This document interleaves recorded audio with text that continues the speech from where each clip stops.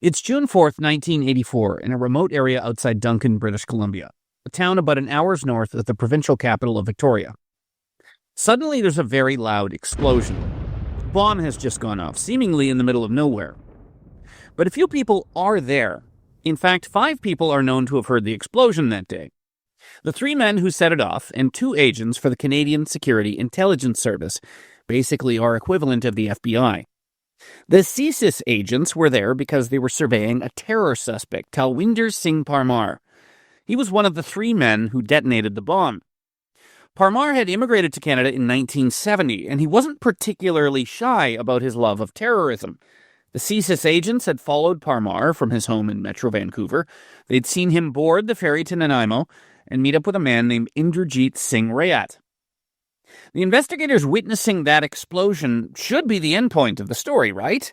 You've got 2 Government of Canada counter-terrorism agents who witnessed some guys walk into a remote area and set off a bomb. When you're doing proper counter-terrorism, you don't even want to get this far.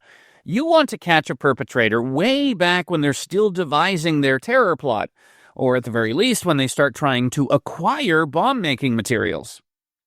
You definitely do not wait until they already have the knowledge and wherewithal to produce functional explosives and are actually doing tests where they blow stuff up.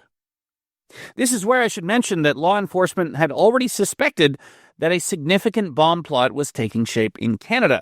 They knew there was probably a terrorist attack being planned by a militant group of Sikhs.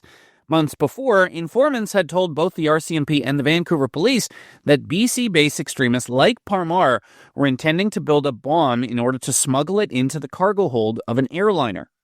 The extremists were supporters of a Sikh separatist movement that hated the government in India.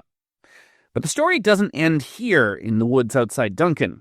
Here's what actually happened. The 2 CSIS agents disagreed on what they'd heard. One of them thought it was an explosive, but the other thought that it might have just been a gunshot. A lot of people go hunting around Duncan, BC. The 2 agents went into the woods to see if they could find a shell casing. They look around for less than a minute, find nothing, and leave. So CSIS did nothing. And that was a terrible, terrible mistake. The horror of terrorism was brought home to us today when hundreds of Canadians perished in an Air India crash in the Irish Sea. A chilling reminder that no one is safe. 3 weeks later, a bomb very much like the one that exploded that day outside Duncan, BC, blew up in the cargo hold of Air India Flight 182 from Toronto to Mumbai, with scheduled stops along the way in Montreal, London, England, and Delhi. The Indians had named the plane the Emperor Kanishka. It was a Boeing 747, the largest passenger airliner in the world at the time. By the time it got over the coast of Ireland, almost all of its seats were filled. That's where it exploded and fell into the Atlantic Ocean. There were no survivors. It was, and still is, the worst terror attack in Canadian history. By June 4th, the day of that loud exploding sound in Duncan, BC, 3 weeks earlier, it's a good guess that most of the 307 passengers aboard Air India Flight 182 had already finalized their travel plans. All the while, unbeknownst to them, Canada-based terrorists were testing the bomb that would take their lives. So what about the guys who set off that bomb outside Duncan, BC? CSIS knew their names. That's why they were following them. So obviously, they were quickly arrested, convicted, and they're now spending the rest of their lives in the Canadian equivalent of a supermax prison somewhere, right? Nope. Nobody was ever held responsible for the Air India bombing. Nobody.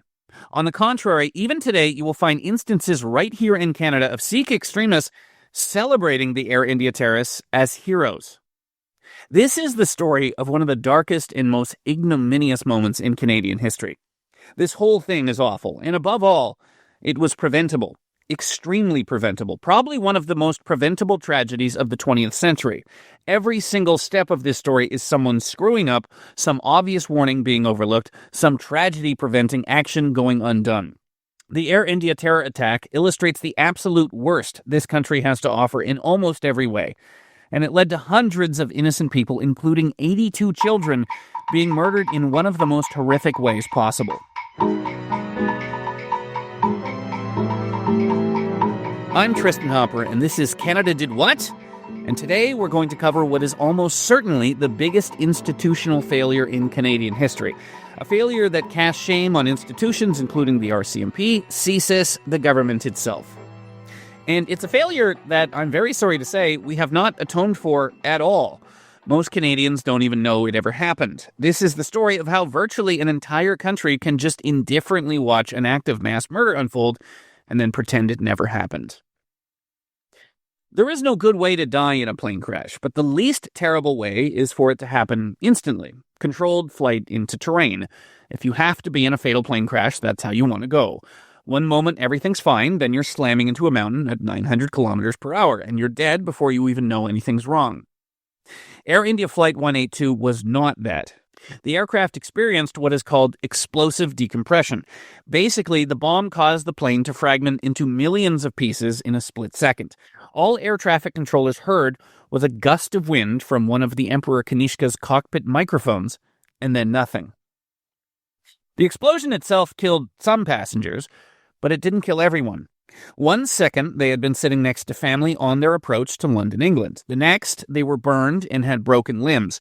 But they were alive, they were conscious, and they were tumbling uncontrollably through freezing high-altitude air, the force of the wind tearing their clothes from their bodies as they fell. The explosion happened about 10 kilometers in the sky. At that height, the air temperature is about -40, and it's about a 3-minute free fall to the ground. Some passengers were likely aware of what had happened to them right until they hit the surface of the ocean at terminal velocity. The final death toll, with passengers and crew, was 329 people. For context, in the whole of 1985, 667 people were murdered in Canada, not including those killed in the bombing, so this one attack was equal to 6 months of homicides in the whole country. It's the worst act of mass murder in our history, and the other contenders aren't even close. In fact, if you tally up every single gun and knife massacre of the last 50 years, the 1989 École Polytechnique massacre, the 2020 Nova Scotia mass shootings, a terrorist bombing of Yellowknife's giant mine in 1992, you're looking at fewer than 100 victims total. The way Air India crashed also meant that its recovery was particularly horrific. There's not a lot of gore when a plane slams into the side of a mountain. But the disintegration of Air India Flight 182 rained shattered corpses across a massive section off the Irish coast. For hours, merchant seamen and Royal Air Force helicopter crews worked to pull as many battered and oil-slicked bodies from the ocean as they could. They recovered 131 victims, almost all women and children. Just 13 male bodies were ever found. The Royal Air Force diver, Mark Tate, would later describe repeatedly jumping into water with the surface littered with chunks of flesh and body parts. At one point, he reached for the body of an older woman in a sari only for her corpse to come apart in his hands. A reporter went to the warehouse in Cork, Ireland, where bodies were being laid out for identification. The reporter saw one official break down and scream, "That's enough! I've had enough!" The Air India bombing is often treated as an event whose connection to Canada is incidental. Sure, it took off from Canada and was destroyed by Canada-based terrorists, but it was an Indian aircraft headed to India, destroyed by an Indian terrorist movement, and it mostly had Indians aboard, right? The first Canadian news reports of the tragedy did indeed say that the victims were mostly Indians. But they weren't mostly Indians. They were Canadians. The plane was mostly Canadians, 268 of them. Here's one of our 2 guests for the episode. Kim Bolan, a Vancouver Sun reporter who has covered every conceivable aspect of the Air India disaster and has spoken to basically everybody involved, including the perpetrators. She also wrote a book, Loss of Faith, How the Air India Bombers Got Away with Murder. We know in those early hours after the bombing that Prime Minister Mulroney called Rajiv Gandhi, the Indian Prime Minister, to offer condolences for the loss of his people. And they were our people. And even the Prime Minister didn't know that at the time, or seemed to know that at the time. The disaster left empty chairs at public schools across Ontario and Quebec. Concordia University lost 2 professors. Montreal's Loyola High School lost a teacher who had been voted among the city's best. The International Development Research Centre, a Crown corporation based in Ottawa, lost one of its board of directors. The bombing took place in late June, just as school was letting out for the summer, so this flight in particular was filled with mothers taking their Canadian-born children back to the old country to meet extended relatives. Maybe for the first time, to spend their summer vacation with them. In India, airport terminals became filled with screaming and sobbing as the news was communicated to families who had planned to welcome their Canadian cousins with fruit baskets and flower garlands. While on the Canadian side, multiple fathers who had needed to stay behind for work learned the shocking news that their entire families had just been wiped out. Trilok Soni of Montreal lost his wife and 3 children. Toronto's Ramesh Kapoor lost his wife and 2 daughters. Let's look at who did this, because the reality is that perpetrators knew what they were doing. The victims of Air India weren't collateral damage. They were the intended target. The people who did this wanted warehouses filled with bodies, and they wanted airport lobbies filled with screaming and sobbing families. And that's exactly what they got. They'd actually wanted to take down 2 airliners that day. The only reason the second bombing didn't happen is because the timing was off. A second bomb sent from Canada and intended for Air India Flight 301, another fully loaded 747, instead blew up in the baggage handling area of Japan's Narita International Airport, killing 2 baggage handlers. Just an hour before the Air India disaster, an airport bombing on the other side of the world. A piece of luggage taken from a CP Air flight from Vancouver blew up in Tokyo. That killed 2 men. There's no indication, but plenty of suspicion, the 2 incidents were connected. We'll have extensive coverage tonight on all of this. Instead of more than 300 dead, the terrorists were planning to kill more than 600 people. And it was all to be done supposedly for the cause of an Indian separatist movement. When the bombings happened, I was a rookie reporter here in Vancouver. We were all called into the newsroom. We pretty well knew right away that this was likely Talvinder Parmar and his group. It wasn't like it was a big mystery to us because the warning signs had been there. Canada's worst ever mass murder was committed by people who want to take much of what is currently the Indian state of Punjab and turn it into an independent country known as Khalistan, land of the pure. But Khalistanis are pushing for a country that is very different than the kind of sovereignty being sought by your average Quebec separatist or Scottish nationalist. Khalistan, by most definitions, would be an ethnically cleansed Sikh theocracy. Maybe there would be a few Hindus and Muslims in Khalistan, but they would do what they're told. And right from the beginning, the whole Khalistani movement was deeply inflected with violence. Just look at the symbology. The spiritual head of the Khalistani movement is a guy named Jarnail Singh Bhindranwale. In the 1980s, Bhindranwale led an armed occupation of the Golden Temple complex in Amritsar. That's like the Vatican for Sikhism, and used it as a base to stage shootings and terrorist attacks throughout Punjab. Hundreds of people were murdered, Hindus, moderate Sikhs, and particularly peace activists calling for Hindu-Sikh brotherhood.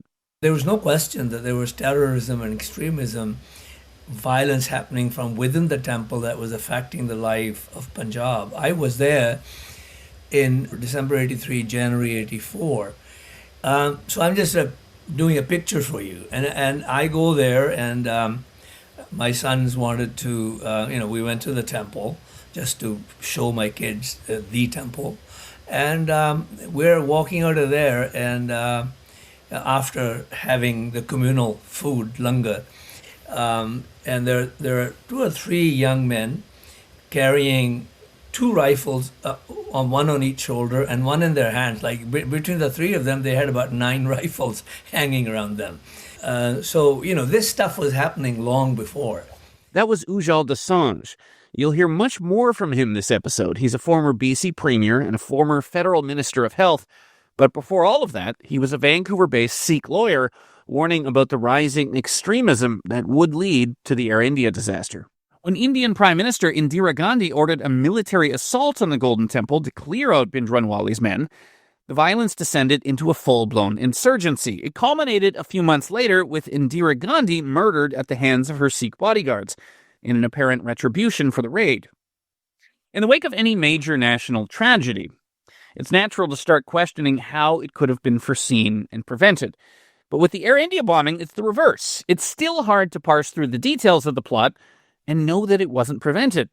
I mentioned earlier that intelligence officials knew well ahead of time that Sikh extremists were trying to blow up an airplane. Well, what if I told you that it was even more specific than that? Air India believed they were the intended target and had even requested extra security for the specific aircraft that ended up blowing apart off the coast of Ireland. Rescuers were still pulling bodies out of the ocean when Canada's then Transport Minister, Don Mazankowski, had to admit that Air India Flight 182 had taken off from an airport that had extra police on hand for the explicit purpose of stopping any Air India planes from blowing up. Incredibly, luggage had actually been pulled off Air India Flight 182 due to fears it was a security risk. At virtually the exact moment that law enforcement was opening the bags under secure conditions, only to find they had saved the plane from harmless electronics like clothes irons and radios, the Emperor Kanishka was being blown up by the suitcase bomb they had missed. They weren't supposed to check your bags in for a flight that you didn't have a confirmed reservation on, right? And that's what happened with 2 bags on June 22nd, 1985 at Vancouver Airport. So these guys who were checking them in were very persistent and, they got them through, right? They kind of hassled the agent right at the counter. Now, the other big thing was in both cases, the passenger who was listed on the manifest for the connecting flight, which were then Canadian Pacific Airlines, which people don't even know what it is anymore because it no longer exists. But both of the bags were checked into CP Air flights that were destined to land and connect with Air India flights. So it was, can imagine there were people that flew on the CP Air flight from Vancouver to Tokyo and from Vancouver to Toronto who learned afterwards they had a bomb on their plane. Can you imagine what that would do to you?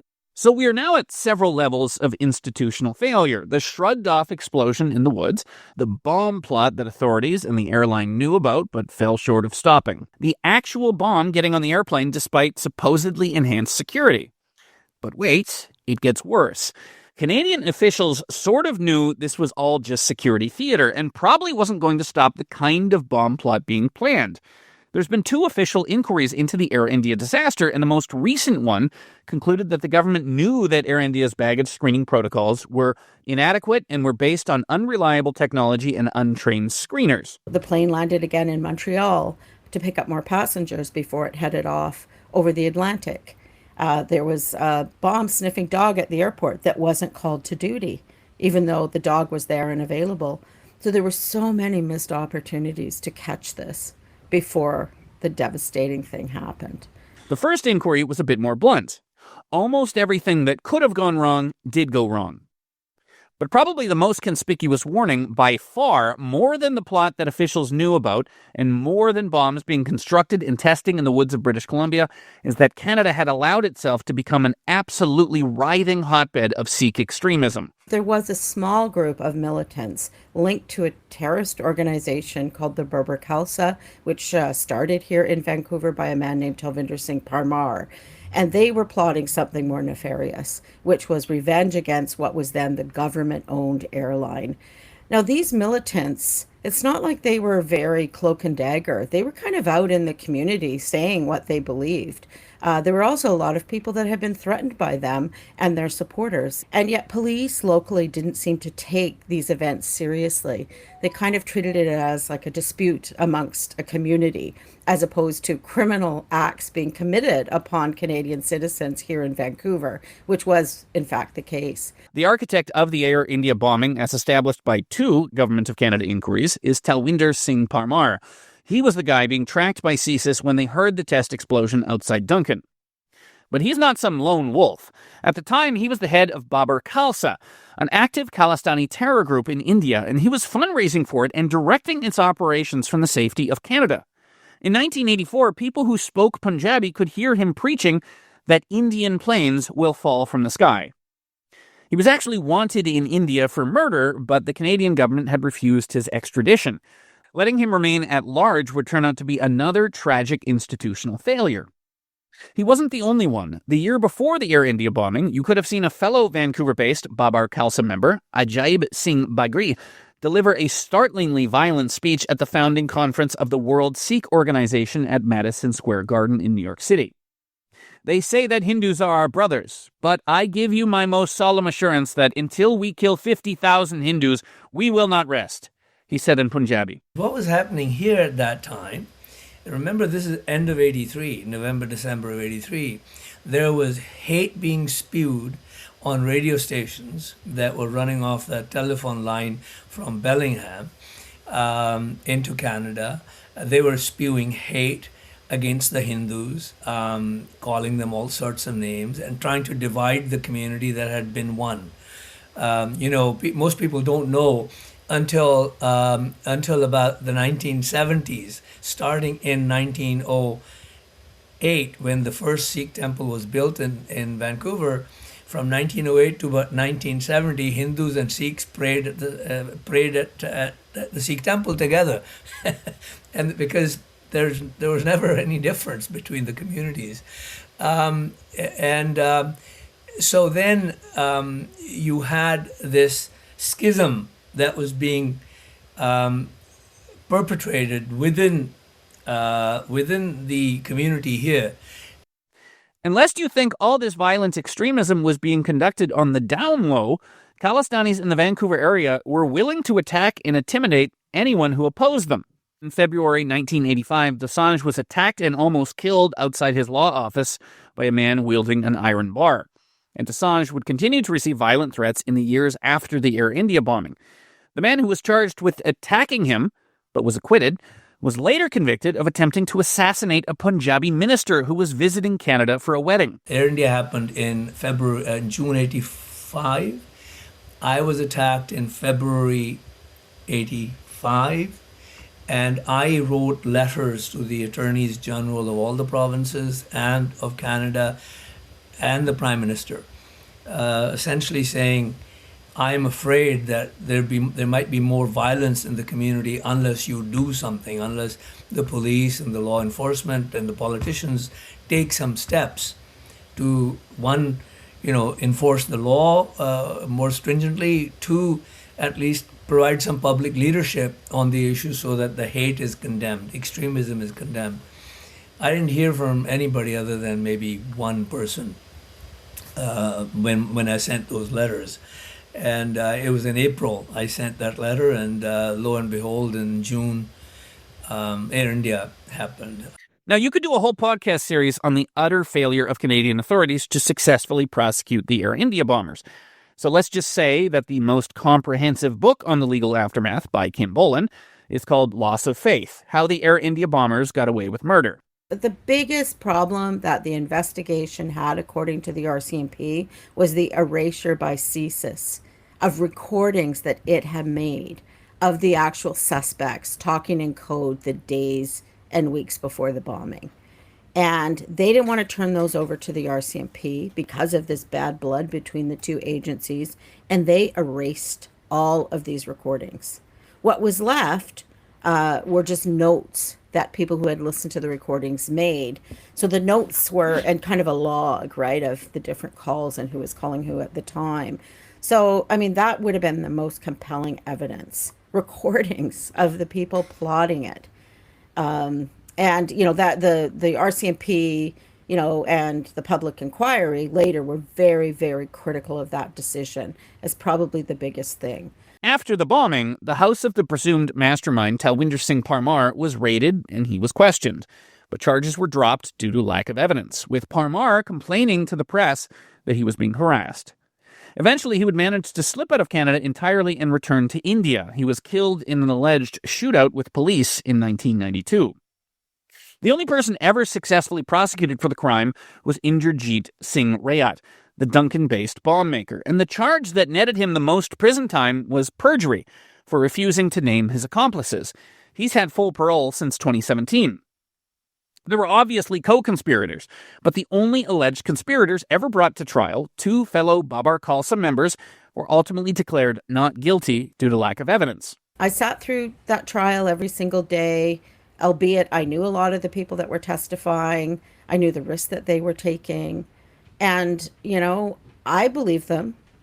But ultimately, the judge poked all these holes without really looking at the, overarching theme, which was people were risking their lives to tell the truth in a BC courtroom. Why would they do that? But as we know, anyone who's covered court knows witnesses are never perfect. After such a long period of time, there are lapses in memory. So no evidence is going to be, perfect. And they may make slight errors, but every single witness that had agreed to cooperate with the Crown essentially had stories that matched up about who was behind it. So I thought it was a compelling circumstantial case and that there should have been a conviction, right? But the judge saw differently. One factor fueling a lot of the lack of evidence problem was that any witness who was going to testify against them was liable to be killed. That's what happened to Vancouver-based publisher Tara Singh Hire, a vocal anti-extremist and police witness in the Air India case. He was shot and paralyzed in 1988, and then shot again, fatally this time, in 1998. I should mention that Hire, much like Air India Flight 182 itself, was under special RCMP protection at the time of his death. A colleague of mine, Tara Singh Hare, who was both a journalist and also someone who had agreed to cooperate with the police because he had some very incriminating information about one of the suspects. He was assassinated, right? November 18th of 1998. And him and I had shared a number of death threats in the months leading up to this. And he always told me, I was much younger, don't worry, it'll be fine. This means you're doing your job because people are, they're feeling the heat essentially, right? So that was just another turning point for me where I thought, wow, someone has lost their life for trying to tell the truth about this case. And ultimately, when it came to the trial, Tara's evidence was excluded, because they had recordings of him, because the judge deemed it was too prejudicial to the defendants, given the way he died. Whereas before June of 84, there was hatred and extremism being preached, violence being preached in the papers, on the radio, but it wasn't being practiced. After June of 84, you saw people began to assault people who didn't agree with them. They began to throw newspapers out of the shops, newspapers that didn't agree with them, and they began to assault writers.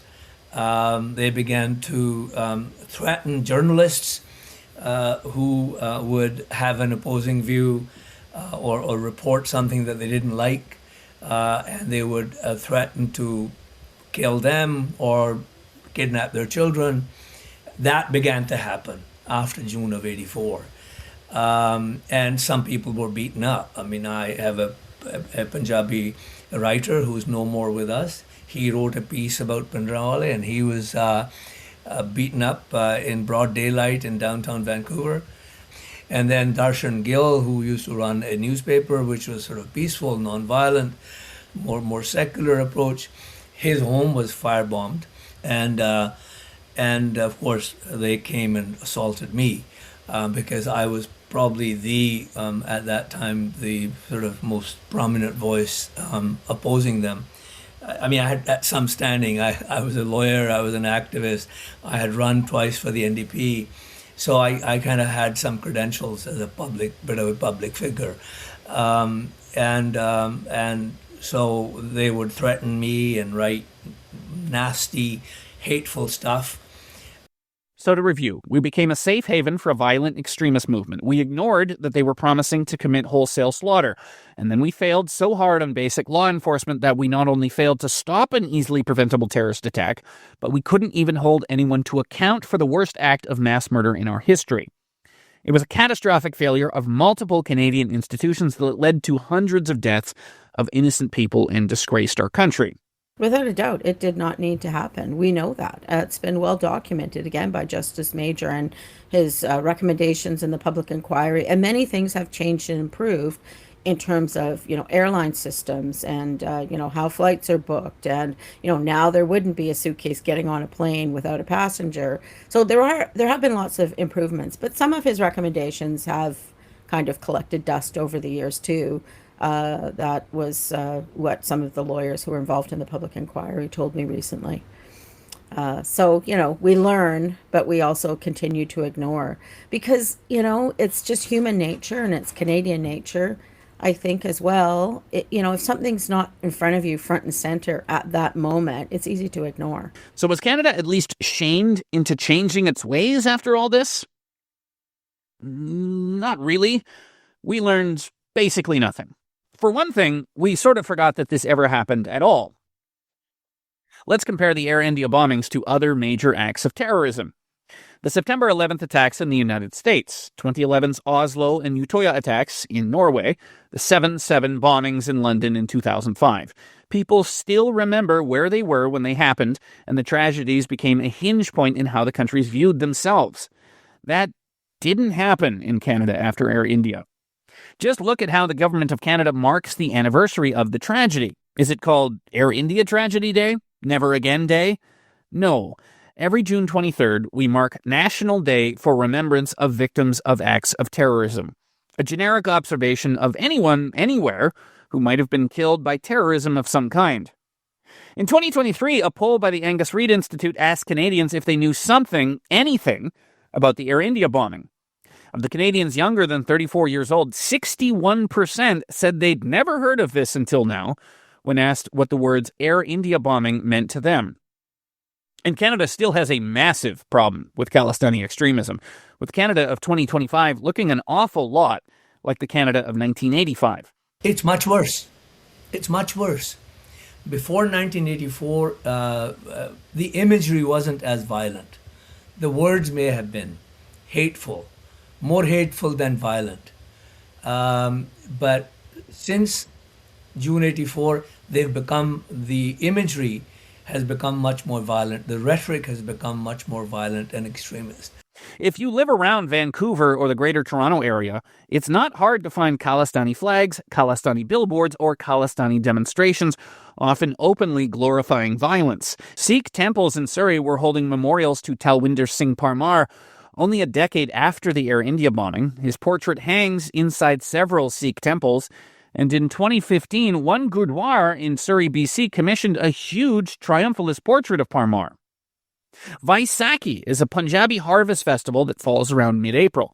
And Vaisakhi celebrations around Metro Vancouver have been notorious for featuring parade floats, banners, and even entire pavilions celebrating Khalistani acts of terror. In the Surrey Vaisakhi parade in particular, it became routine for the event to feature banners and floats commemorating the terror mastermind Talwinder Singh Parmar as a martyr.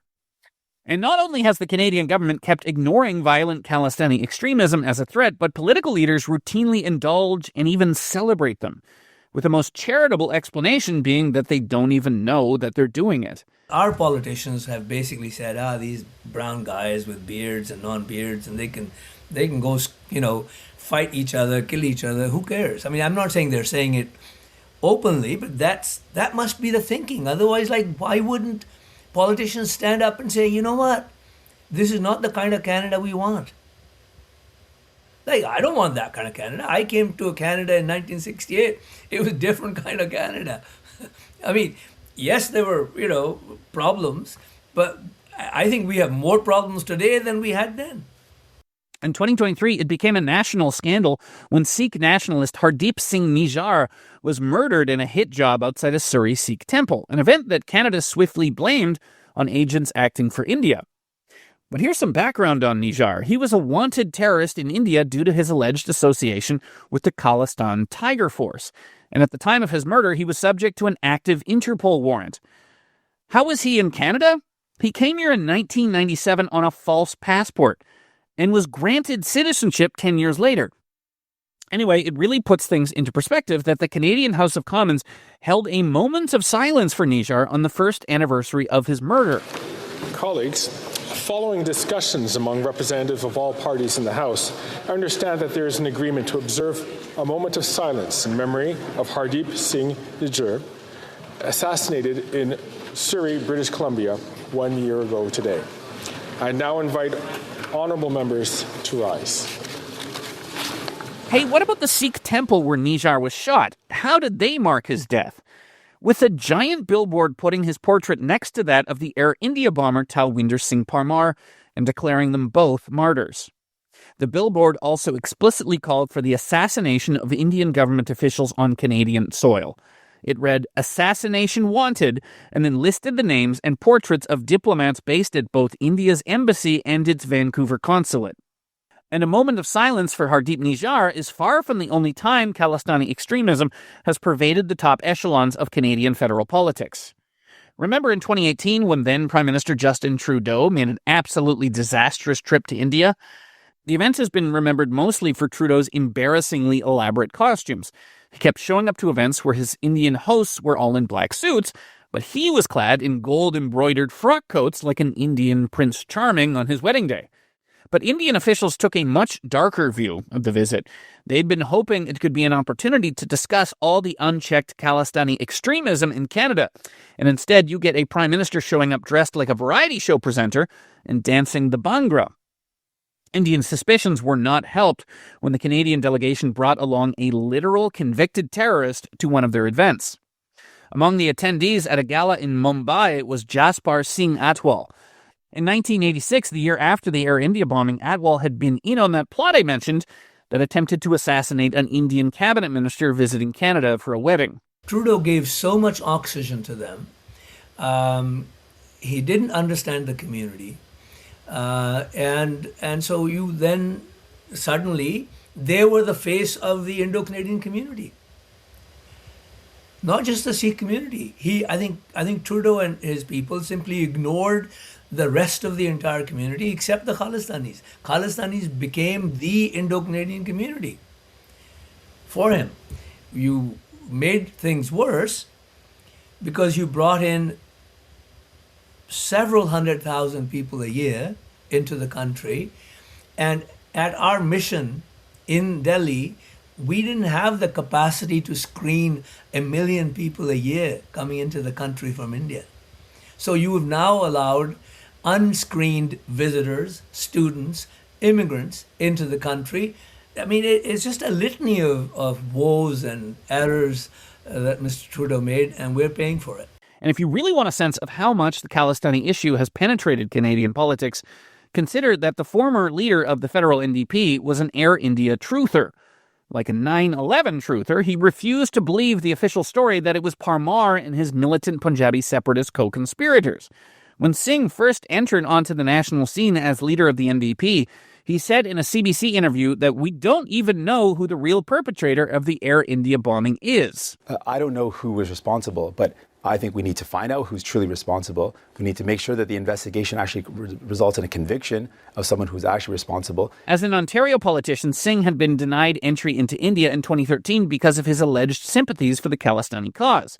The year prior, Singh had publicly called on Canada to pressure India into commuting the death sentence of Balwant Singh Rajwana, a Khalistani terrorist who had helped organize the assassination of the chief minister of Punjab in 1995, basically the equivalent of murdering a sitting provincial premier. This story isn't just about the failure of Canada to stop an avoidable terrorist attack. It's about the abject failure of Canadian institutions even today to confront the lethal situations that led to that bombing. In just the last few years, the visible extremism coming from Canadian Khalistanis is reaching unnerving levels as bad as the time of the bombing. In 2023, a pro-Khalistani parade in Brampton, Ontario featured a float depicting the 1984 murder of Indian Prime Minister Indira Gandhi. A giant blood-covered effigy of Gandhi was depicted with her arms up as two men in camo fatigues pointed guns at her. "Revenge," read a sign. We've even started getting groups of flag-waving Khalistanis just openly attacking Hindu temples. It became international news in November 2024 when a routine Indian consular event at Hindu Sabha Mandir Temple in Brampton, Ontario attracted a group of men bearing Khalistani flags. As you can hear in this video, they forced their way through the gates and began attacking worshippers with flagpoles. We have been doing immigration wrong. That's why you have these movements. You have these movements in other communities as well. They survive because we are doing immigration wrong. We are not asking immigrants to make a commitment to this country, commitment to the languages of this country, commitment to the values, the democratic values, the values of secularism, separation between church and state. Many of these guys, if you go talk to them, they wouldn't even know what I'm talking about, right? And that's why you have these ghettos where those kinds of mindsets perpetuate themselves. And in fact, they're turning their next generation into fanatics based on their perception of the world. They don't relate to this world as you and I might be able to. They can't relate to this world. Sometimes they don't want to relate to this world. They want to, live the way they lived in a village in 16th century. Whose fault is that? It is the fault of our politicians who don't say to immigrants when they come, please integrate. Now, integration has become a dirty word. When I first came to Canada, integration was a good word, right? It was like, now everybody thinks integration means assimilation. No, it doesn't. I can't assimilate anyway. I'm brown, right? But in terms of values, in terms of ability to pick up the newspaper and read and make sense of it, watch news and make sense of it, go out to the park and have a conversation with other people and make sense of it, we need to have political leadership, public leadership. We don't have public leadership. Meanwhile, if you hold a memorial to commemorate the Air India bombing, there's a good chance it will be crashed by Khalistanis, pushing the conspiracy theory that the bombing was actually a frame-up job by Indian intelligence. Because while Canada refuses to learn from the Air India bombing, the pro-terror Punjabi separatists seem to have learned that they can be as brazen as they want, and no one will stop them. Remember one of those Babar Khalsa members who went to trial as a co-conspirator? Here's a 2024 speech he gave at Surrey's Guru Nanak Temple. When all attempts and means have failed, then it is totally valid to pick up a sword. Then you can take what is rightfully yours. I believe that the politicians are part of the problem.